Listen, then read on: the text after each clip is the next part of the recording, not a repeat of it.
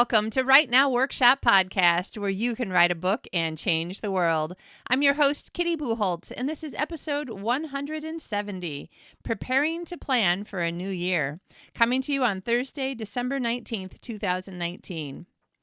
I am very excited and very happy, and I don't know which part to tell you about first. One, it's going to be sunny today for the 5 hours of sunshine that we have in Sweden. Yay! So I have to hurry up and get outside. And, the sun doesn't actually rise very high. You have to find a street that doesn't have any tall buildings in order to actually have some sun on your face. But I'm determined to have some. It is almost Christmas, and I am super duper happy that I think I did one day of Christmas shopping. So, I feel relaxed and happy. And now that I'm finally over that 5.5 weeks of bronchitis, I'm just really, really enjoying the Christmas holiday season. I have made so many dozen cookies, like so many batches, and batches make 2 to 5 dozen, depending on what kind of cookie it is. And I'm just like, not over it yet. Yeah, because it's been a lot of busy years, a lot of moving, so much moving in the last 15 years that this is the longest I've lived in some place for, I can't quite think of it, but I want to say almost 10 years. So I'm just excited that I can do whatever I want with my December. So I'm making Christmas cookies and I'm seeing friends, and it is wonderful. Actually, last night we saw a lot of friends because we helped them move. They bought a house, which is very exciting. So we got to go explore every room of their house since it was empty. It wasn't invading their privacy yet. As we were unpacking the truck, we were like, ooh, ooh. And our friend Justin's like, this is going to be the man cave. And John's like, oh, if this were my house, I'd have this be the man cave and this be the, I can't remember what he said, either for playing D&D or for playing video games. I'm like, hey, you can't have 2 rooms. I get a room. We don't even have a house. We're already arguing over who gets what room. Anyway, it was very fun, and I'm full of energy from seeing friends, eating lots of sugar in the cookies, of course, and seeing friends. I am wearing my snowflake earrings and snowflake necklace that John gave me last year because it doesn't really snow in the part of Sweden that we're in, and it has been in the 40s for weeks and weeks and weeks. So I see no sign of snow in the forecast for Christmas. Bummer. But I'll just remember last year we had this unexpected, snowstorm sort of. We got 6 inches of snow the Sunday before Christmas. So it was the day before Christmas Eve. So much fun. I know I told you about it then, but now I'm just reliving it now because I know I won't have any snow for Christmas. Anyway, I'm getting totally off the topics that I meant to talk about just because I'm so happy we're going to have sunshine and I'm wishing we had snow. Yeah, the dichotomy that you can have within your own brain. Anyway, in addition to all of that, today is the first episode of my 3rd year of podcasting. Yay! So in my mind, balloons and confetti and fireworks and maybe a glass of champagne. So on New Year's, I'll have a glass of champagne and go, yay me, 2 years of podcasting. Very exciting stuff coming in the future. I've got lots of really cool guests lined up. But right now, I'm just really excited to say, yay, 2 years. Now, one of those many cool guests is Mark Leslie Lefebvre.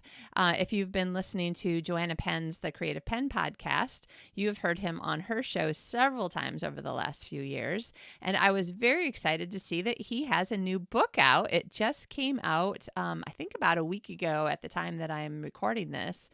And so he and I are trying to work around both of our Christmas holiday schedules and figure out when he can get on the show to tell you about his brand new book. It is 4 authors, both traditional and self-published indie authors, and it is how to work with and get into bookstores and libraries. Yay! I started reading it, and it's really, really good. And why wouldn't it be? He's been working in the book industry since he graduated from, I can't remember what he said, in the introduction college, I think. So he's worked in so many different parts of the book industry. This guy has got so much knowledge in his head. I'm so, so glad he distilled it down into book form for us. So look for the book I should have written down the title, but I was like, oh, I don't need that until I actually interview him. But anyway, the author name is Mark Leslie, Markleslie,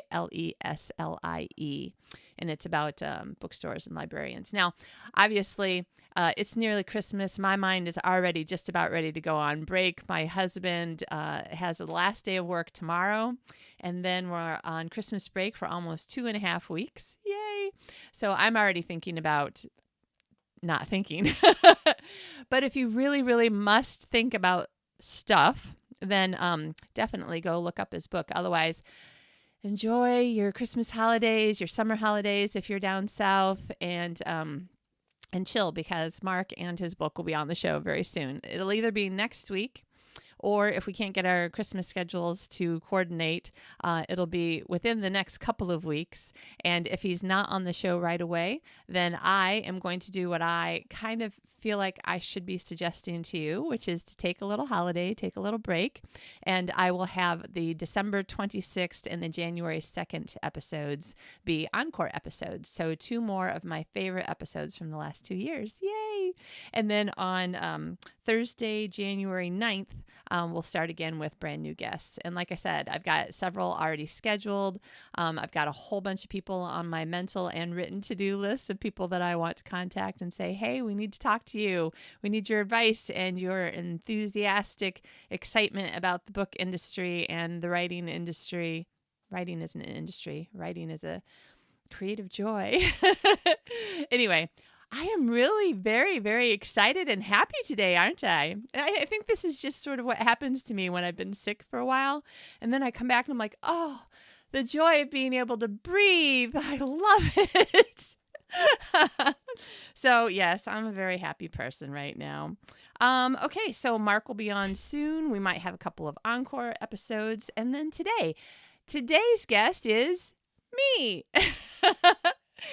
2 years ago, it's hard to believe it was 2 years. 2 years ago, I was the guest for episode number 100, very exciting, of Mark Dawson's The Self-Publishing Formula podcast, which has been renamed to The Self-Publishing Show. And in episode 100 in January 2018, I was giving the highlights of the way that I look at time management, particularly in January, and kind of helping you through the big picture scenario when you're looking at planning your year. So, because I feel that really adequate planning, the kind of planning that helps you to hit more goals than you really thought you could, requires some work and some time. I hate to say it, a couple of hours probably of your time to really feel like you've got a plan for the new year and you know how to readjust as necessary. I thought this would be a good preparing episode. So in January, we'll get down into a little bit more nitty gritty. And I'll also tell you, if you're interested, about my online class that's called Going the Distance, Time Management for Writers, which I think I might have renamed to Time and Project Management for Writers.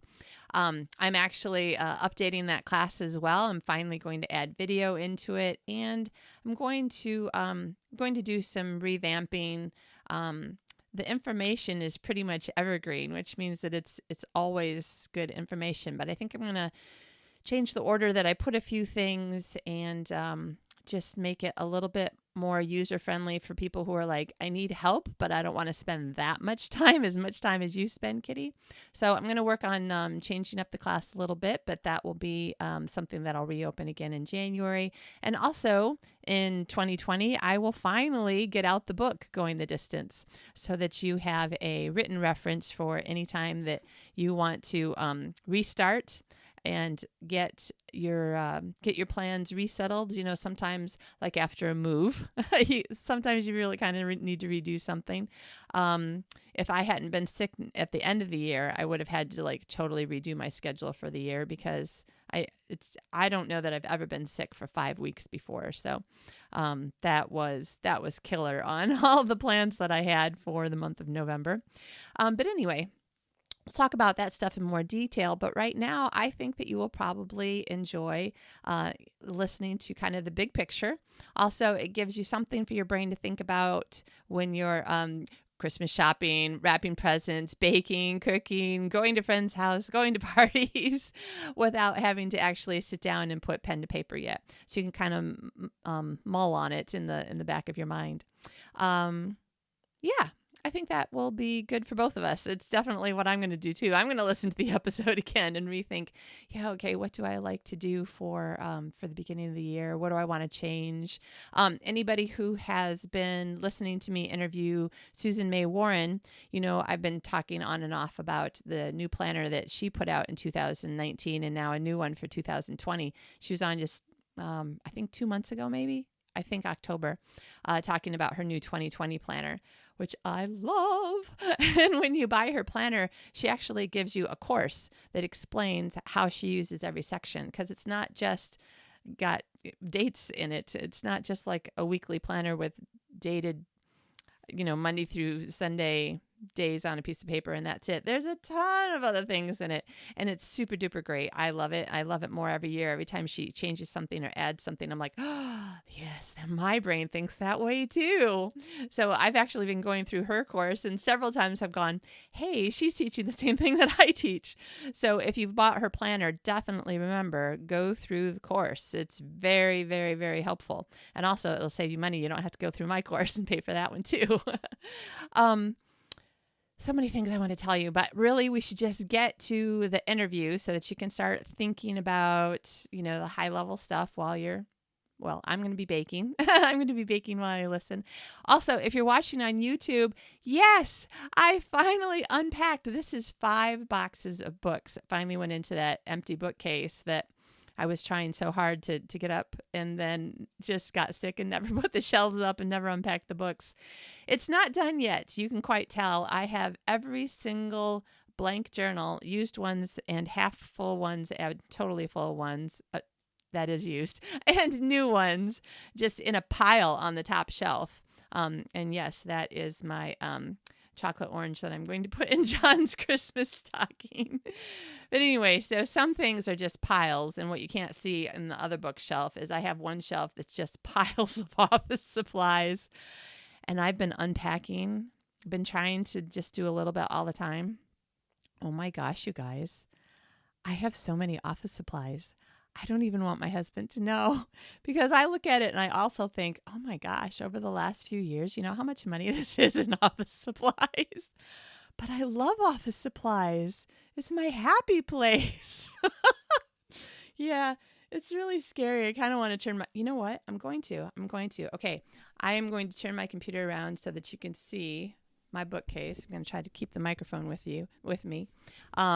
So that's just one shelf of books, office supplies, plus all sorts of other stuff. But then there's still boxes on the floor. Those are piles of office supplies. There's a box of hanging folders and then a box of colored manila folders, so I could color code all the things that I needed to file. And then there's thank you cards, and there's my Wonder Woman backpack. Oh, and there's my my big whiteboard planner that I went to the office supply store and bought more office supplies because I needed some markers for the whiteboard. Yeah. But it's very important. You can see I already put the 2020 planning and started listing some things. Everybody has got, something that is their, I don't want to call it my Achilles heel, but it's definitely a weakness. So now you know my weakness and you can feel better about yours. Okay. I'm very excited about life. I hope you are too. Let's get started on the kind of thinking about our planning for the new year as we do other things. And then we will see you again next week, either with Mark Lefebvre or in an encore episode, one of my favorite episodes for the last 2 years. If I don't actually interview Mark next week, I'll still come on and give you a live, hello, happy Boxing Day. It'll be the day after Christmas. So anyway, I will talk to you more later, and here we go. Our guest today is Kitty Bucholtz, and she's become a bit of an expert in this specifically for authors, so that's why this interview is so great and why we wanted to do it. And Kitty's put together a quite detailed PDF giving an outline structure of approaching time management for authors specifically. And you can get that by going to selfpublishingformula.com/time management, all one word. And in there also is a bonus code to get $50 off her course, which I think is $150. I think I've got that right. So that's definitely well worth having as well. So let's hear from Kitty, and then Mark and I, if we can find the time, we'll squeeze a chat in afterwards.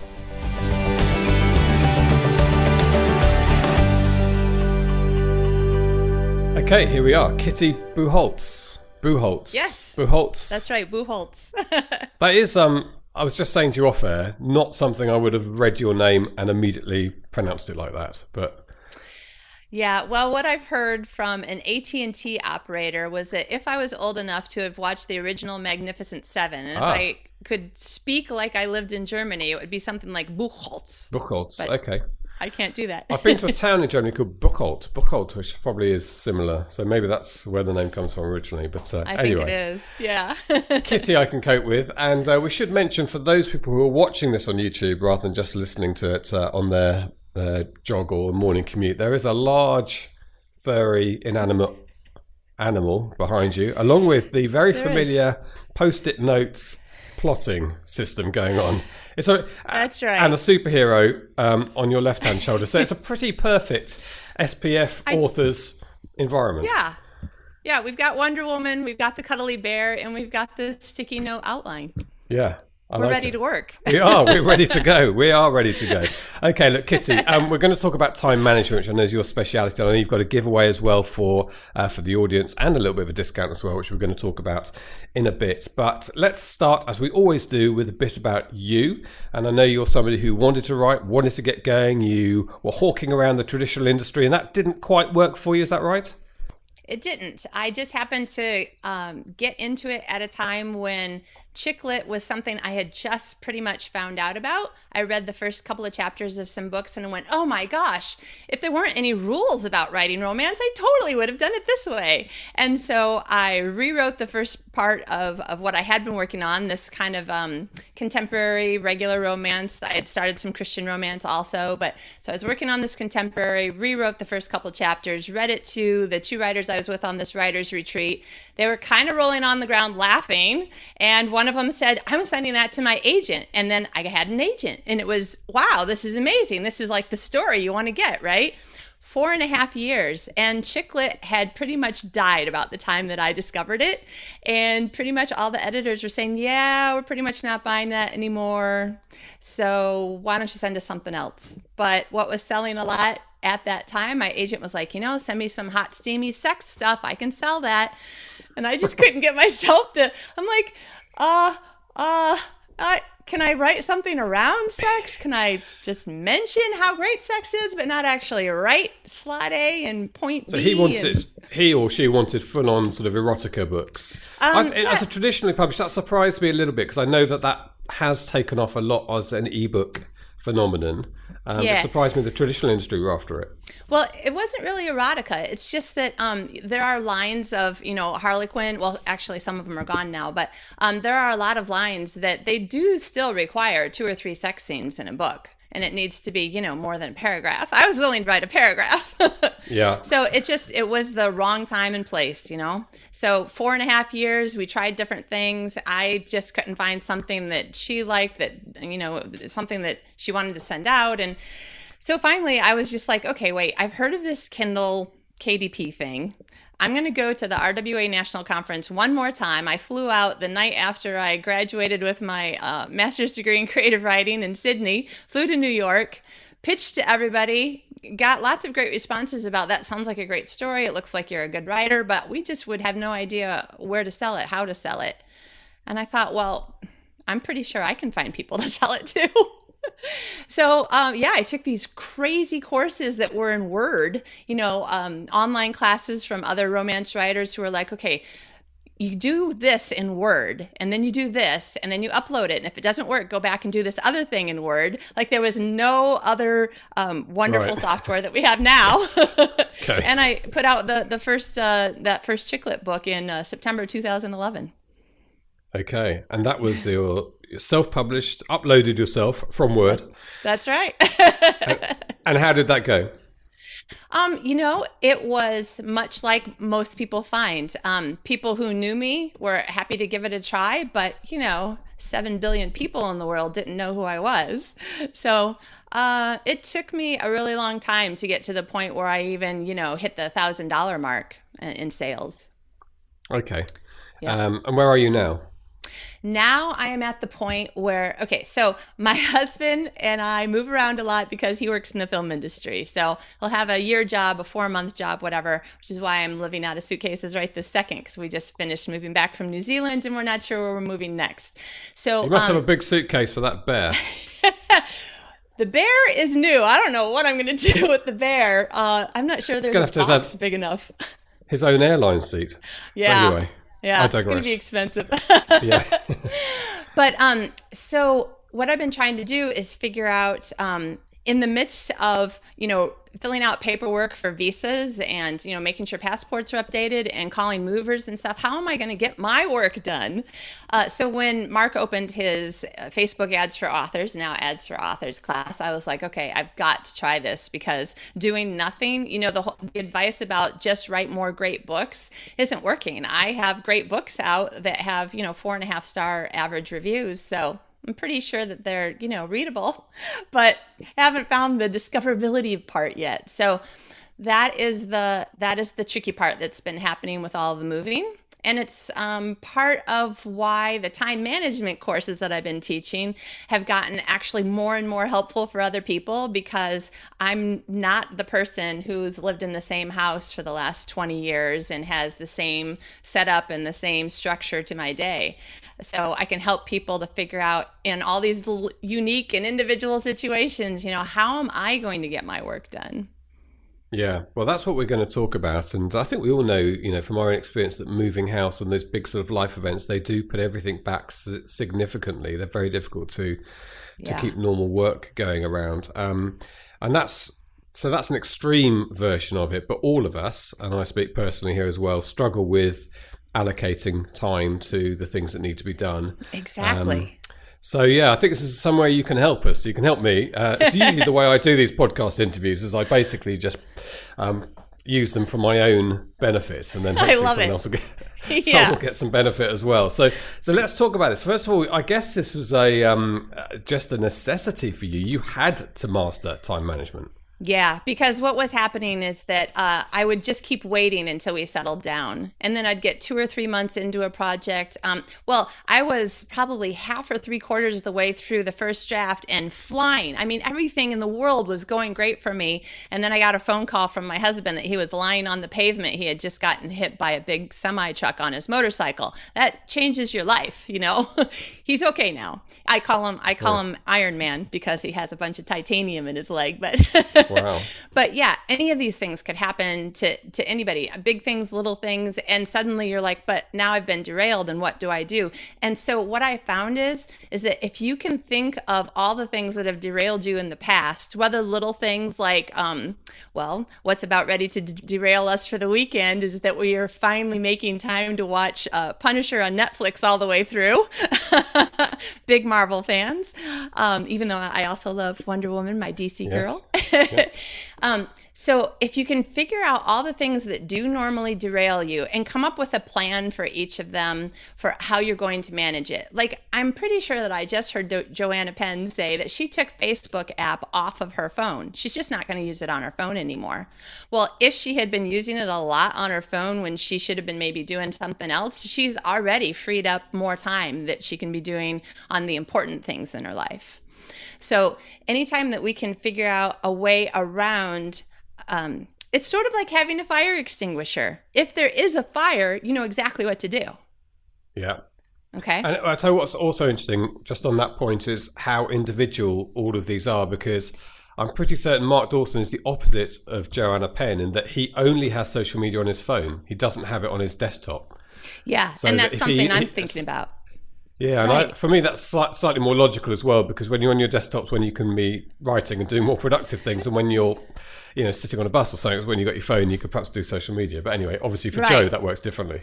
Right. And she probably has some other different reason for it as well. Yeah. So that's exactly right. If you can figure out what are the things that usually get you off track, it might be, oh my gosh, I was just supposed to be, well, I mean, I still went. I was teaching a how to write and finish a short story at an 8th grade class yesterday. And it wasn't until I was 5 minutes from the school that I got a text from the teacher that she wasn't going to be there, which kind of threw me into the but, and then I just had to focus on, okay, remember, I'm not here for this teacher. I'm here for the kids. You can keep going with, what you're supposed to do. But she got derailed because her son had some sort of breathing attack and she was in the ER all night. These things happen. I was really, really focused on getting someplace fast, and I hit a curb and I, flattened my tire and I didn't get there at all. These things happen. So some of them you can't really do much about, except for, I have a tendency to have a notebook in my purse in case I'm someplace where I'm in a waiting situation, and some apps on my phone that I can do at least a little bit of sort of important stuff, if I'm in a waiting situation. But then there are things like, there's an app called Freedom that I think is still available only for Mac users. And it allows you, it's actually got a whole bunch more aspects to it than when I first got it, but it allows you to turn off the internet entirely to your computer, or just to turn it off for certain websites, and you can turn it off just for from 10 to noon. That's your writing time, no internet. So there are things like that. If internet things are just things that you just cannot keep yourself from doing. And then, you just have to think of what are the distractions in your life. Right this second, the window in front of me is looking out. The back fence of my friend's house used to look out over just dirt, and now there's a big subdivision being built. And so I have to put on my noise-canceling headphones and not be facing the window, because otherwise I'm like, oh, what are they doing? Oh, that's how you build a house that way. And I just can't focus. Yeah. It's like when you're subconsciously looking for a reason not to knuckle down and do some work, and suddenly doing the cleaning, getting the vacuum cleaner out is suddenly a pressing priority. But that's right. Yeah, so that's I mean I can see that on a micro level, I guess is the way of looking at it. We can do that, and we often do that. So we'll think, oh, I'm distracted by that, so pull the blind down, or the sun's in my eyes, whatever. But the macro level, pinpointing why you're not getting stuff done. Yes. I mean, that's something I struggle with a little bit. Yeah. All right. So again, you have to think about your own personality, what it is that works for you. And if you're not sure, you'll have to try a couple of things until you find the thing that this works for me. So what I found, and what a lot of, neuroscientists and brain study people say, is that having a list of things in your head isn't as effective as having them written down. The other thing about having things written down is that, and what I'd like to do if there's time is I'm going to kind of cover everything that I cover in my class, but just in bullet points, so that we can get people actually working on their calendar for 2018. Let's do it. All right. So basically, this is the way that I look at it. From an overview standpoint, I think the best thing to do is to do a brain dump of everything onto a piece of paper, a master list of everything, not just writing related, but if you've got kids, family events, vacations, all the holidays that you'll be off for a day or a week or whatever, planning in. When we get to that point, you'll have to also keep in mind that you need to plan in some sick days, emergency days, kids' sick days. So you can't plan every single minute of the 365 days of the year, because there's just no room for error, and there's always a little bit of that in life. Okay, so once you've got the master list down, depending on whether or not this is the first time you've done it this way, and you have a tendency to have a lot of big goals, you might need to breathe into a paper bag for a minute, because I have a tendency to put so much stuff. Yeah, it is shocking. Like, how could you think that you could get all that done? But that is why you're not always getting everything done, because you have a whole bunch of plans, and they're not really specifically planned out. We know about the SMART goals. You need to have goals that are, specific, measurable, attainable, relevant, and time related.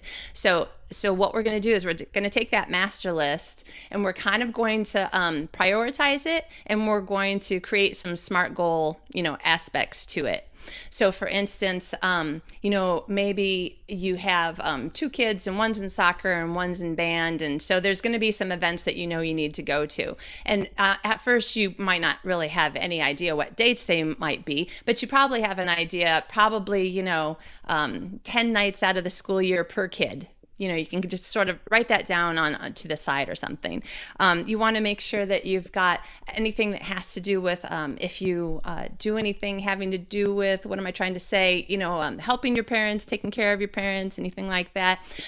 It's a lot of the things that we forget are the reason why we think we have more time than we do. They're the things that we do every day that we don't actually plan that time for. So, for instance, I'm a big proponent of getting enough sleep. However much is the right amount, for you. For my husband, it's like 6.5, 7.5. For me, it's definitely 8. It's got to be 8. But then all the other things that you have to do: brush your teeth, take a shower, get dressed. If you're a woman, do your hair, put on your makeup. So in that way, a woman who does those things has automatically got less hours in the week than a man who's like, I'm in, I'm out, I ran my fingers through my hair, I'm done. Although something that's the same for both is, I've noticed this, is going to the gym. So I'll do these in the winter, so I tend to go to the gym and do a little class. It's 40 minutes, and I think in my stupid little mind, that's 40 minutes. It's not 40 minutes. Right. Because I go up to my bedroom, I put on the gym stuff that I wear. I've got to get there a bit early so I can change into actual shorts and stuff. Then I'm going to get back and have a shower. It's an hour and a half. Yeah. Yes. But I'm stupid. So I think, I can do 40 minutes today. And then I'll work out, it's suddenly 5 o'clock and I've got to pick the kids up. But if you were thinking to yourself, all right, I need an hour and a half a day, 4 days a week, and then you planned it in, you wouldn't be alarmed by it, you wouldn't be surprised, and you wouldn't feel guilty about, my goodness, doing something good for yourself, which is why it's one of those things that I don't know why we feel that way, but we feel bad about taking time to do something healthy for ourselves. Yeah. But if it's planned, to be guilty. Yeah, I think so. And so what you're going to find is that there's going to be a few things that probably need to be moved on to next year's list. If you're thinking, I need to finish this series and start the next series, and so that's 5 books, and then you look at all the other things that you have to do. Now, maybe you're single, you live alone, you don't even have a cat. I mean, there's no reason to think that you can't get an awful lot more done than somebody who's, married, family, whatever. But looking at your own life, just looking at the master list, do you think really you can get all that done? Maybe we should move some of it to next year's list. So that's the next step, because you want to walk a line between, if you're feeling if you start the year feeling discouraged, you need to give yourself some easy wins, particularly in the beginning. You need to build your confidence back up. I can do this. And so maybe you're going to have fewer and smaller goals for the first couple of months of the year. If you have already come off of a banner year, you're excited, you can't wait to get going on the next year, it's interesting. I'm learning that I'm kind of a neuroscience geek. I love all this stuff. I can't learn enough of it. And what seems to be true in general of the human brain is that if you have a big goal and you reach 90% of it, you've actually accomplished more than if you have a smaller achievable goal that maybe you reach 99 or 100% of. So that's an interesting. But you have to think of where you started the year emotionally. Since writing is an emotional task. The sort of context of of expectation, I guess it is. But right. I think just one point I want to make as you go along here. First of all, we should say that you are doing a handout. Is that going to contain these bullet points? Yeah. So what I'm going to do is because the electronic PDF can be as long as I want it to be, I'm going to have some of these bullet points, and then I've got another kind of 2 pages of additional tips. Okay, so I don't want people to think they've got to necessarily make notes during the interview. You can get the download, and we'll give you the URL at the end of the interview. That's right. One thing I think is really great about this straight away is that you plan to do things like go to your son or your daughter's football or whatever it is at school, rather than feeling it's an intrusion in your life when the time comes. It's something right from the beginning that's a priority for you, because you're only going to get one chance to see your child at that stage of life doing something. And so that's a really great way of looking at going to school and watching your child, rather than at the end of a busy day thinking, oh, now I haven't banked for this, I'm going to have to drag myself off to school and lose an hour. So it's a really positive health lifestyle thing, I think. Yeah, and there's a couple other things having to do with that. I don't have kids, so these are not necessarily things that I've dealt with personally. But as I teach the class and somebody asks me a question, then I have to think like, what is a good solution to this? So somebody had asked me a question having to do with their kids and everything, and I said, well, depending on how old they are and how much they understand about what you do and how your job is at home, versus maybe the other parent's job is away from home. You can sit down with a family and find out for this year what are kind of the top 2 or 3 goals per person. So if Johnny's at an age where he just really wants, mom or dad to show up to every single game, and that's his thing, then maybe you're like, okay, I can show up to every single game, but half the games I need to also work at the same time. I'm going to be paying attention to you, but I'm not going to give you my undivided attention. Or I'll only go, maybe they're older and I'll only go to the home games. Or I'm going to go, you pick the 4 most important games, say you're in high school, the 4 most important games where you're just dying to beat this particular team. Those are the games I'm going to be there, no working, So you can do some kind of give and take with each person, because what's going to happen is, like in a different example, somebody was saying, my husband's recently retired and I can't get him out of my hair unless if he's doing what he wants to do, he's happy. But if I'm doing what I want to do, he wants to do something else with me.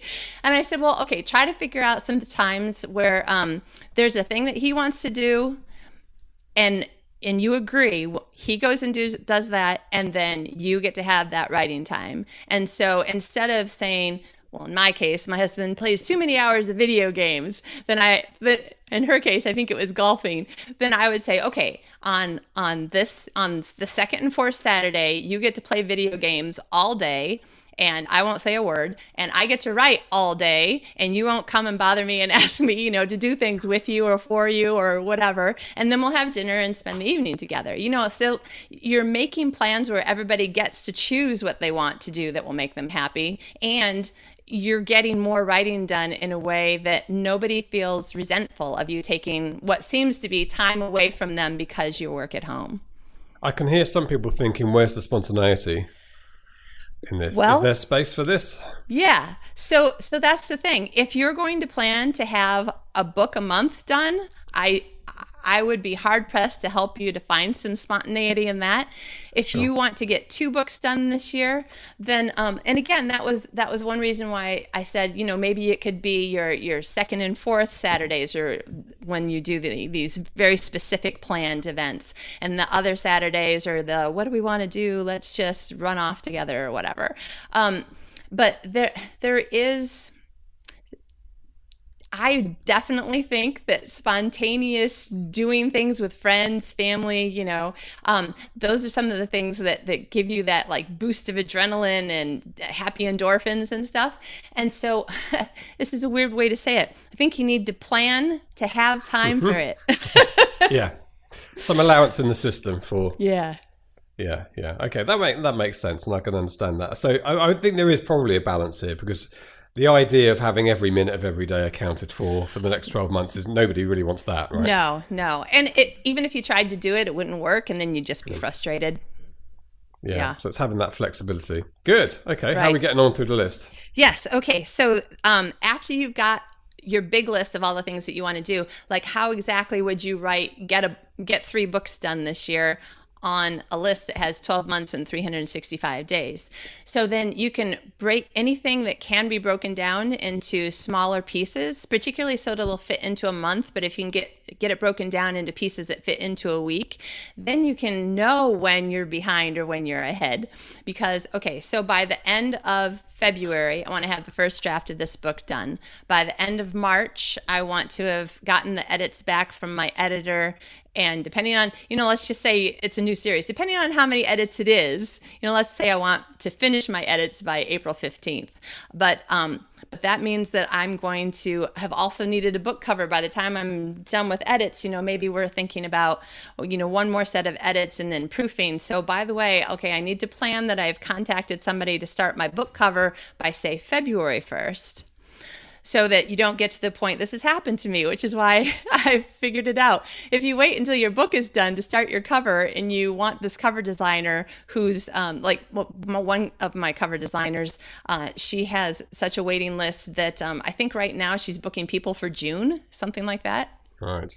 Yeah. So you need to be planning the... Right. Planning the different steps. But when you break it down into these steps, it becomes much more manageable, and you can figure out, yeah, I understand this is the deadline for just this one step. So let's say that, you're like my friend whose son was in the ER all night, and, she lost at least a day, and say this was going to be her big writing day. Well, then she just needs to sort of look at one of the other things that I suggest is that you plan in, how, if you had one of those outside jobs, you might get 12 paid holidays a year and 5 paid sick days a year or something like that, plus vacation days. So I always suggest using that as kind of a guide and giving you some free space so you can't plan all 365 days. It also gives you the ability, I think 2 years in a row, I planned a mental health day every month. So it was a day for me to go do anything I darn well wanted. Cool, I like that day. Yeah. So sometimes I went to the movies and I saw 2 or 3 movies in a row, and sometimes I went Cool. hiking, and sometimes I went to lunch with a friend. Yep. And those are the things that will keep us from getting exhausted and overwhelmed because we aren't computers.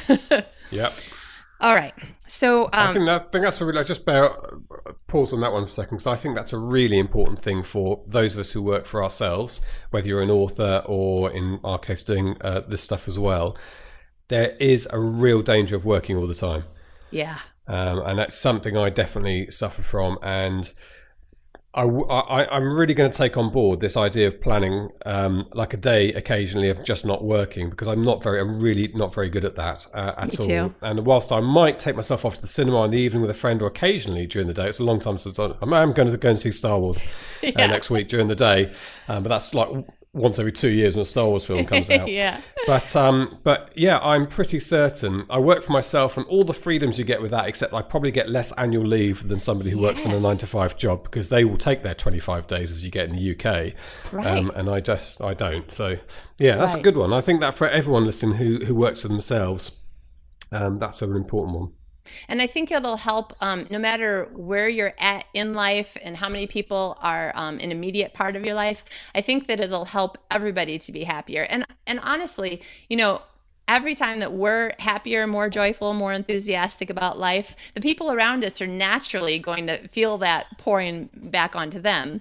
So that just makes everybody happier, and which in my mind makes it an actual important, an important part of life to make sure is part of your life.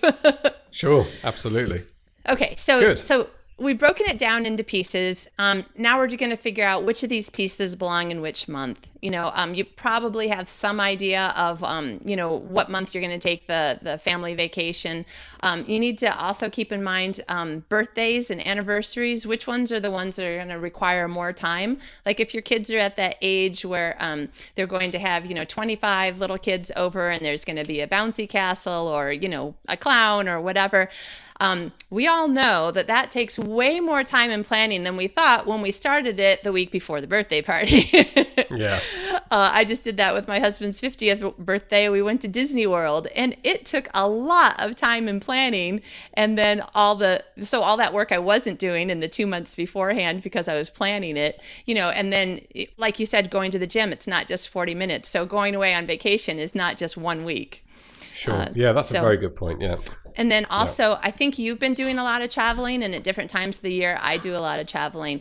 When I started realizing, because again, you're keeping track of what, not just distractions, but what else is keeping you from writing during time that you had marked out to be writing time. And I found that the amount of time that it took me to get packed up and ready to go on a trip, and then get unpacked and get myself back into normal life after a trip was 1 to 2 days on each side, depending on how long the trip was. So I started just putting that on my calendar. If I got some writing done, yay, bonus. Yeah. Then you start, again, now you're thinking about how you can make your mind be more confident and feeling like it's that it's doing for yourself what we say we should do for customers, which is under promise and over deliver.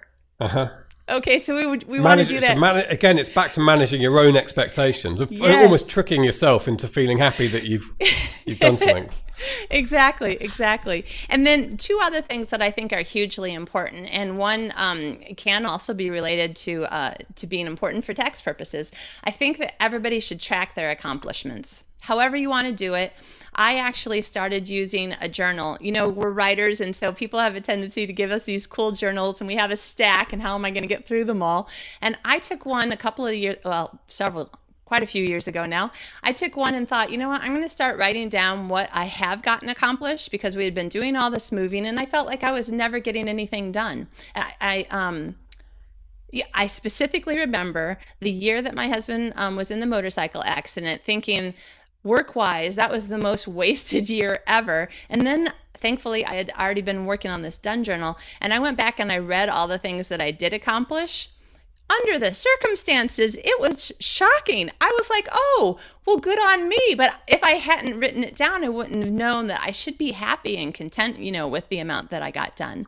And also it will help you to see, sometimes people are like, but I don't know how long it takes me to write a book. I mean, you're still in the place where you're trying to figure out how long it takes you to write a book, right? 10 to 20 years, I'd guess. That seems to be average for book one. Yeah.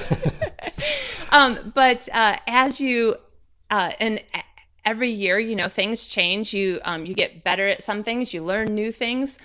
When you're kind of keeping track, even a little bit, about it takes me about 6 months to write a solid first draft of this kind of book, but it only takes me 2 months to write a solid first draft of that kind of book. That is good information that you wouldn't have known if you hadn't been tracking it.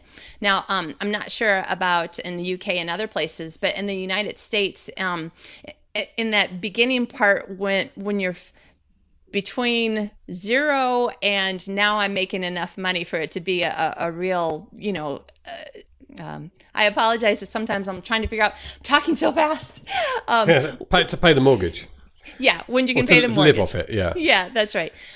So somewhere in there, you're putting on your taxes, that you have these expenses, and you're showing, an awful lot of time loss at the very beginning. And at some point, to just know that the IRS, couldn't be mad at you, couldn't come back to you. If they did audit you, you've got this journal of every single day that you've worked and all the things that you've done on those days. And if all of that work that you've written down is in fact related, to the kind of career that you're in, then it's kind of your security blanket, from a tax viewpoint. But also, I think that the mental sense of accomplishment is the big part. Yes. And then leading off of that, this is the other thing that too many of my friends have too much of a problem with. So I really want all the listeners to pay attention. You need to plan your rewards. And you can't wait for publishing a book to be your reward, because James, you've been working on yours for a little while. I think it took me 7 or 8 years from the time that I first started writing down the idea to Little Miss Lovesick to the day it actually showed up on Amazon. I mean, I'd written a whole bunch of drafts of that book, but nonetheless, that's a long time. And if I had waited 8 years to reward myself, then I'm not really sure how I would have kept on going, because I'm kind of reward centric. So you're looking for times when you can say, okay, if I meet my deadlines this week, I get an ice cream or whatever. Okay. If I'm able to get ahead of my deadlines for the month and I have this extra day, we're all going to the amusement park, the whole family, or whatever it is that you like and whatever matters to you. And it doesn't necessarily have to be anything, that costs money or anything, but something where, and not just doing it, but say, we're doing this because I just finished the first draft, or I just finished the final draft, or I had a goal to get 3 books out in the series. The 3rd one just came out.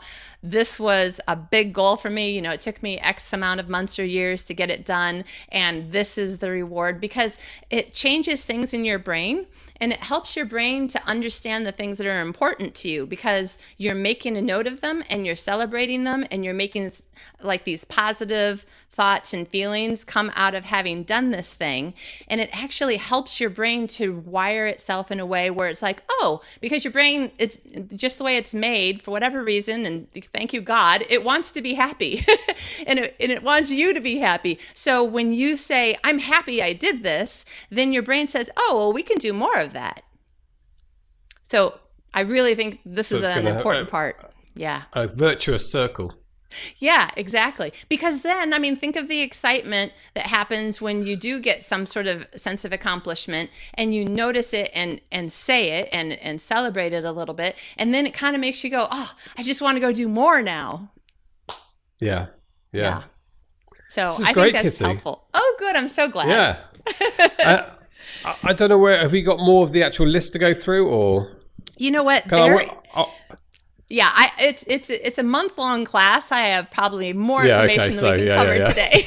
But we're going to you've very kindly putting together this PDF, which we'll give out. In fact, let's come up with the URL in the time-honored fashion of SBF. I make up a URL, which I say in an interview, and then we have to stick to it because I've said it. So we're going to come up with self-publishing formula / time management. Okay, so all one word, time management. There you go. And people will know what that is. And you go there and you can get Kitty's PDF. I want to ask you a little bit about your nonfiction side of things, how you've developed this expertise, and hopefully it's part of your business as well. I think you've got an online course, you've got a book. Yeah. So again, with the whole moving an awful lot, I was trying to figure out, I love to teach. I taught at a college doing software classes for a little while, and I found out that the teaching part is actually the only part I love. Okay. So I had to figure out, how can I do this in a way where I can walk away at the end of the day and there are no meetings and, no accreditation boards to come to and that sort of thing. So basically, it just became a matter of I'm moving. I was supposed to speak to this group, and now I can't speak to this group because I'm moving to another country or something. And the whole Yahoo group thing had been so popular for a while. And the Romance Writers of America, an awful lot, like I don't know how many, but so many chapters of that organization had started doing online classes as kind of some fundraising for them to cover just the costs of their meeting room and, different things that they do. And so I had been helping people with things, and then somebody said, will you teach this class for us at RWA and you get half of the proceeds? And I'm like, well, that sounds fun. And then the more I taught, the more I liked it, and the more I was getting really good feedback. But then, after a while, technology changes, but not necessarily all the organizations change with it. And I wanted to do a lot more than just email lectures. And so I decided to start my own website where I could use video and live video. In fact, I'm going to do a live video segment of my class for the first time in January 2018, where in addition to the videos that you're watching and the lectures that you can get printed, because everybody learns a different way. So some people with audio, some people with video, some people, want to read it and mark it up and highlight it. But I'm going to have a 4-hour live session online where it's similar to this. We're just dialing into a website on the browser and we go through everything, but we're doing it at that moment. So by the end of that session, you should be well on your way to actually having things marked out on your calendar so that you can at least get started, even though the class will continue to go on, for several weeks after it. Yeah. So you have this as a paid online course? Yes. I started again. It's just always one of those things where somebody asks you for information, and after a while, you've been asked enough. You're like, I should do something. So I had started this workshop called Right Now Workshop, WRITE, Right Now Workshop, in 1998, because I was in a writers group where there was all these people who knew a ton of stuff, but it was such a great writers group that there's new people coming in all the time, but then they didn't know anything. And so we needed to catch them up. And so once a year I would have all the old people teach all the new people things, and then it just kept on going. So I've got rightnowworkshop.com has this time management class on it. I've done a self-publishing class several times, but I haven't been happy with making it as the people that I've been reaching out to for the self-publishing or the people who have been reaching out to me, are a little bit scared of technology. And I've been trying to figure out a way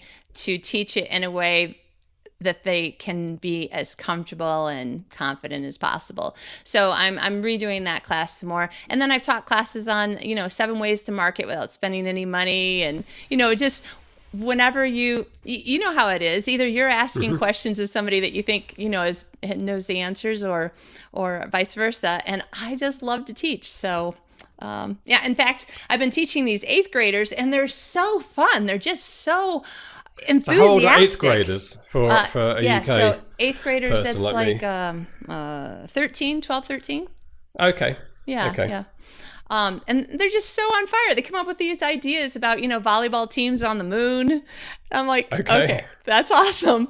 So I think I'm going to do something like a free class for young people too, just how to get started writing, because it's just fun. Yeah. So that's Kitty, me. I can't help myself. That is you, and it's infectious, and it's been the classic SPF podcast interview that we always want is one that's entertaining, but also people take some value away from. It's been absolutely down the line. You have. I'm so I knew glad. you would be. I knew you would be. So it's been brilliant, and God, we've racked up 40 odd minutes. Very quickly. My goodness. I was trying to talk faster. Sorry. And I don't know if I budgeted for that today in my. Well, we'll have to cut out all of my jokes. Yeah, no, we're keeping them in.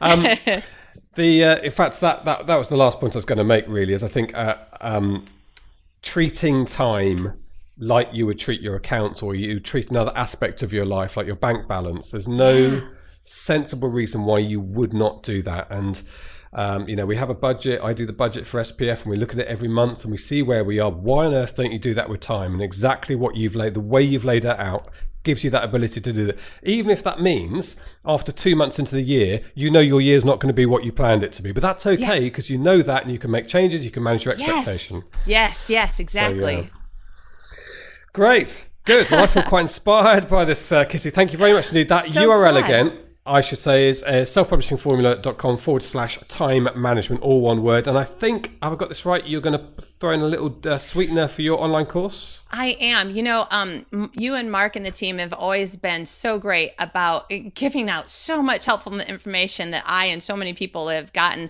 that I was trying to figure out how I could do the same. So the class is normally $150, but I'd like to give anybody who's listening a $50 off coupon, and we'll put that on the PDF. Super. So just as long as you've got the PDF, there'll be a code or something right on there. And then the class starts January 15th, 2018. But if I have too many people, because I like to keep it small so I can help each person individually, I'll just open a second class in February. Okay, that's superb, Kitty, and we really appreciate that. So this is actually unusual for us. I'm doing the interview here, where it is 14th, 15th of December. I don't know where we are, and it's going out very soon, so in a couple of weeks. So people will get this very quickly. Brilliant. Thank you so much indeed, Kitty. Whereabouts are you then? So you're traveling a lot. Where are you now? Yeah, so right this second, I'm in Southern California. It's near Temecula, which is in between Los Angeles and San Diego. Oh, sounds a nice part of the world there. Yeah. Oh my gosh. Today it's supposed to be like 27 degrees. I'm like, this is not Christmas weather. No. Well, it's 3 here, so. Right. Well, and my husband's been interviewing with a company in Sweden, so who knows? Maybe I'll be around your side. There's been some snow there as well. Okay, Brilliant. Well, Kitty, thank you so much indeed. Stay in touch with SPF, because it'd be great to have you nearby, and we'll revisit this at some point in the future. So thank you so much indeed for coming on. Thanks so much, James. Really appreciate you guys.